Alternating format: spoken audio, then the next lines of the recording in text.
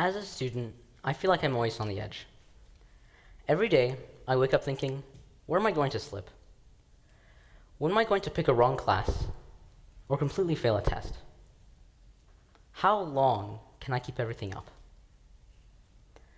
I'm on a treadmill, and so is every other student on the planet. Every morning, we wake up and get on. Go to school, participate in our extracurriculars, do our homework, and at the end of the day, we step off, just to restart the cycle the next day. As time goes on, the treadmill speeds up until we can no longer keep up with the pace. Seemingly every day, I see people slip off, sometimes with disastrous consequences. The number of people in my life who feel a sense of success after leaving school is something I can count with one hand. The school system is broken, and to prevent us from being completely in over our heads, we need to find out why the treadmill is speeding up. There is the normal and fundamental speeding up that comes as a result of building up on the basics that we learn. And that's natural. But there's a second, darker force speeding it up. And that is me. I'm the reason I'm always on the edge. I'm the one who's picking the difficult classes. I'm the one who isn't studying enough for tests. But what logical creature would make life harder for itself? That's the result of the hypercompetitive environment. According to the Higher Education Research Institute at UCLA, the percentage of students who report feeling overwhelmed after leaving high school has risen from 18% in 1985 to 41% in 2016. Everyone is on a scale comparing themselves to each other. There's no way everyone can be on top, so we push ourselves beyond our limit. The system is not designed to push everyone to new heights, but instead to be an endurance test, to maximize the success of just a few people. It tells us that getting to the best college, which will statistically land us a better job, is our dream. But if I were alone in this educational journey, that wouldn't be my goal. This standard college success that I dream of isn't mine, but is instead what everyone has been told from a very early age. This competition and its expectation means that we are not running towards success, but instead away from failure. How can we design a system to switch that around? Is there a way to give students a destination to be excited to run towards, instead of an abstract place to run away from? I was trapped on the treadmill for so long, I forgot why I was running at all. The purpose of school is to get us prepared for the real world, and as it turns out, this work requires a completely different mindset. So I took a step back and asked, what does success even mean? What is the purpose of school? It isn't learning individual facts and topics, or memorizing for a test, just for that information to be forgotten a week later. How is knowing that the fall of the Roman Empire was in 476 CE going to help me in the real life? Unless I'm a historian. How is knowing the periodic table going to help me in real life? Unless I'm a chemist. School is supposed to prepare us for the real world. Now this is where submarines come into play. So you may be wondering, why submarines? Well, from a very early age, I've always been intrigued by them. I wanted to know how they worked and how to build them. My goal in life was to start a submarine manufacturing company. But school is wearing this dream down.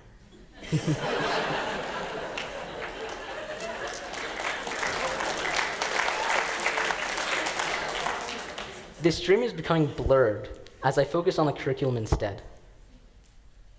Sure, school is useful for some aspects of life, such as communication, but not for my dream. Most students have had an experience like this, actually. Most kids know that they're interested in a few things, but how are they supposed to know what they want to do in college, what they want to do for the rest of their lives, without trying their hand at it first? Students need choice. Schools should make fewer things mandatory.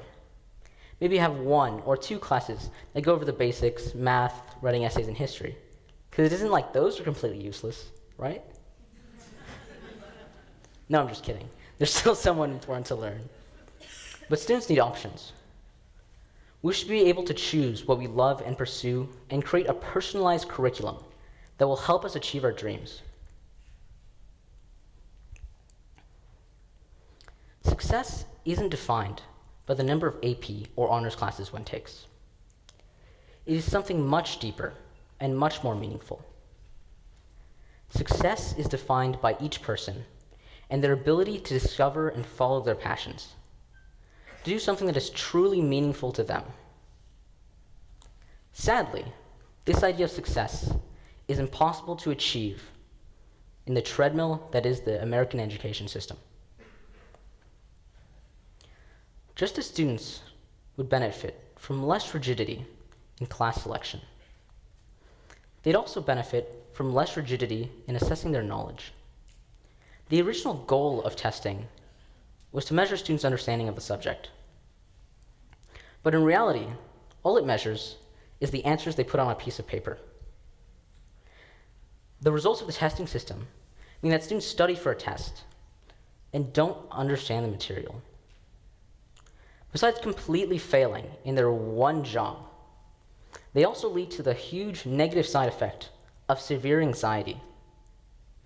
According to a study by the Case Western University, the average 21st century student shows more signs of stress than a psychiatric patient from the 1950s.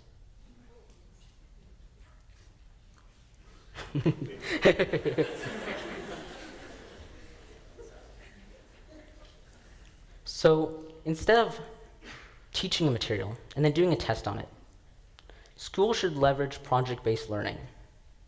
Projects are more engaging, take place over time, and they also encourage creativity. Now, most of these ideas seem completely radical. Getting rid of tests, it seems impossible. But actually, it's already been done. Finland is one of the few countries to do so, and they are generating phenomenal results. According to PBS, despite abandoning conventional testing and forming a whole new model of education, Finland is placing first on the international testing standard that is called PISA, somewhat ironically. They also have a high school dropout rate of less than 1%, compared to the nearly 25% in the United States. How about leveraging more project-based learning and rethinking required core classes? Colleges are and have been doing this for decades now. Despite all its issues, the American college system is often considered the golden standard for the rest of the world. So if you have something that works so well, there's no reason not to implement it earlier on. The solution to the educational treadmill isn't far away. It already exists. All that's left to do is to implement it. What's at the heart of these changes is giving students choice. School is draining away our energy with coursework, when instead it could be defining our passions and our determination. So I want you to do something, whether you're a parent or you're a student. Ask a student about their educational journey and reflect on your own. How has education tangibly helped you? What experiences have you been passing by as you've been running on the treadmill?